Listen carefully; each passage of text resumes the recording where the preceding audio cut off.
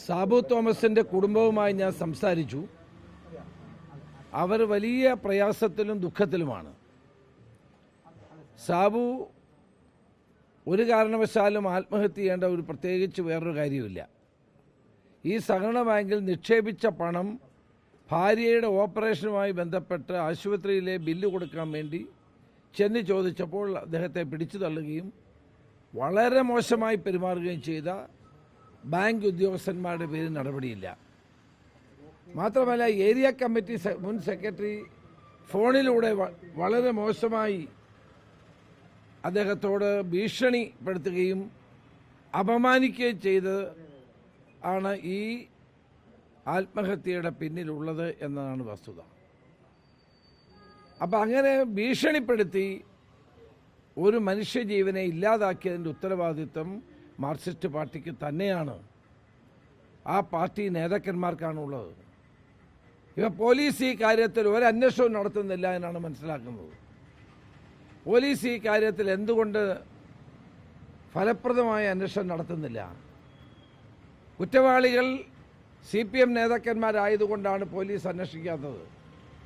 ഈ ബാങ്ക് സമ്പൂർണ്ണമായി തകർന്നിരിക്കുകയാണ്. പണമിട്ടവർക്ക് പണം കൊടുക്കാൻ കഴിയുന്നില്ല. CPM ഭരണസമിതിയാണ്. അപ്പോൾ ഈ ഭരണസമിതിയെ സംരക്ഷിക്കാൻ വേണ്ടിയാണ് സാബു തോമസിനെ വളരെ മോശമായ തരത്തിൽ ഭീഷണിപ്പെടുത്തുകയും ത്രട്ടൻ ചെയ്യുകയും ചെയ്തിട്ടുള്ളത്. അദ്ദേഹത്തിന് മാനസിക രോഗമാണ് അല്ലേ? MM മണി പറഞ്ഞു മാനസിക രോഗമാണ് എന്ന് പറഞ്ഞു. പിന്നീട് ഞാൻ അങ്ങനെ പറഞ്ഞില്ല എന്ന് പറയുന്നു. അതിവിടുത്തെ ജനങ്ങൾ കേട്ടതാണ്. മാനസിക രോഗമാണ് സാബു തോമസിനെന്ന് മുൻ മന്ത്രി MM മണി പ്രഖ്യാപിച്ചത്. അപ്പം പിന്നെ ഇനിയും ഒരു അന്വേഷണം നടക്കില്ലല്ലോ. അപ്പോൾ ഇതൊരു ആത്മഹത്യയല്ല, ഇതൊരു കൊലപാതകമാണ്. ഈ കൊലപാതകത്തിന് ഉത്തരവാദിത്വം CPMന്റെ നേതാക്കന്മാർക്കാണ്. അതുകൊണ്ട് ഈ അന്വേഷണം ഫലപ്രദമായി മുന്നോട്ട് കൊണ്ടുപോകാനും കുറ്റവാളികളെ അറസ്റ്റ് ചെയ്യാനും തയ്യാറാകണം. ഇപ്പോൾ കുറ്റവാളികൾ ഇവിടെ സ്വൈരവിഹാരം നടത്തുകയാണ്. ഒരു കുറ്റവും ചെയ്തിട്ടില്ല എന്നുള്ള മട്ടിൽ. കാരണം അതിൻ്റെ പിന്നിൽ രാഷ്ട്രീയ സ്വാധീനമാണ്. അല്ല എങ്കിൽ മറ്റ് നടപടികൾ, നിയമ നടപടികളുമായിട്ട് മുന്നോട്ട് പോകാൻ ആ കുടുംബം മുന്നോട്ട് പോകുമെന്നാണ് എൻ്റെ പ്രതീക്ഷ. ഇവിടെ ഏതായാലും വളരെ ദാരുണമായ, കേരളത്തെ ഞെട്ടിപ്പിച്ച ഒരു സംഭവമാണ് ഇവിടെ ഉണ്ടായത്. നാളെ ഇനിയും ബാങ്കുകളിൽ പണമിടാൻ ആളുകൾ മടിക്കില്ലേ? ഇങ്ങനെയാണെങ്കിൽ സഹകരണ ബാങ്കുകൾക്ക് തന്നെ വലിയ പ്രതിസന്ധി ഉണ്ടാകില്ലേ? ഇട്ട പണം ചോദിക്കുന്ന കുറ്റമാണോ? ഞാൻ ആദ്യമായിട്ട് കേൾക്കുകയാണ്. നിക്ഷേപിച്ച പണം കിട്ടാൻ വേണ്ടി ബാങ്കെ സമീപിച്ചാൽ ഭീഷണിപ്പെടുത്തുകയും കയ്യേറ്റം ചെയ്യുകയും ആളിനെ ആത്മഹത്യയിലേക്ക് നയിക്കുകയും ചെയ്യുന്ന ഒരു പ്രവണത കേരളത്തിൽ വന്നാൽ അത് സഹകരണ പ്രസ്ഥാനത്തെ തന്നെ തകർക്കുന്ന ഒന്നായിരിക്കും. ഈ കോൺഗ്രസ് ഭരിക്കുന്ന മുൻ ഭരണസമിതിയുടെ കാലത്താണ് സാമ്പത്തിക പ്രതിസന്ധി ഉണ്ടായതെന്നുള്ളതാണ് ജില്ലാ സെക്രട്ടറി CV വർഗീസ് അടക്കം പറയുന്നത്. അങ്ങനെ ഒരു പരാതി ഇതുവരെ വന്നിട്ടില്ലല്ലോ. ഇപ്പോൾ നേരത്തെ CPM പോലും ഉന്നയിച്ചിട്ടില്ലല്ലോ.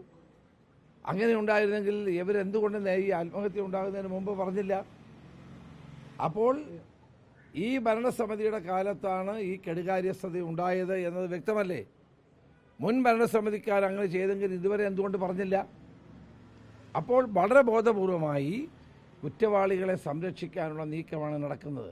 ബാങ്ക് ഏതാണ്ട് തകർച്ചയിൽ എത്തിക്കഴിഞ്ഞിരിക്കുന്നു. അതിൻ്റെ ഉത്തരവാദി ഭരണസമിതി തന്നെയാണ്. പക്ഷെ അവരുടെ പേരിൽ ഒരു നടപടിയും സഹകരണ നിയമപ്രകാരം എടുക്കുന്നില്ലല്ലോ. കാരണം അവർ CPMന്റെ നേതാക്കന്മാരാണ് ബാങ്ക് ഭരിക്കുന്നത് എന്നുള്ളത് കൊണ്ടല്ലേ? അതാണ് ഏറ്റവും പ്രധാനപ്പെട്ട കാര്യം. ഭീഷണിപ്പെടുത്തിയ ഓഡിയോ കാസറ്റ് പുറത്തു വന്നു, എല്ലാവരും കേട്ടതാണ്. മാധ്യമങ്ങളാൽ നിങ്ങൾ പുറത്തു കൊണ്ടുവന്നതാണ്. എന്തുകൊണ്ട് അയാളുടെ പേര് കേസെടുക്കുന്നില്ല? ഒരു പ്രധാനപ്പെട്ട കാര്യമല്ലേ? ഇന്നലെ ഒരു MLA പേര് കേസെടുത്തു.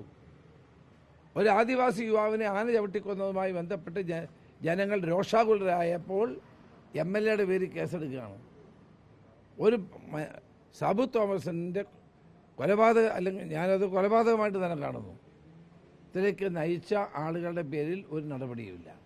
ഏതായാലും ഇതിനെ ഞങ്ങൾ നിയമപരമായും രാഷ്ട്രീയമായും ഇതിനെ നേരിടാനാണ് തീരുമാനം.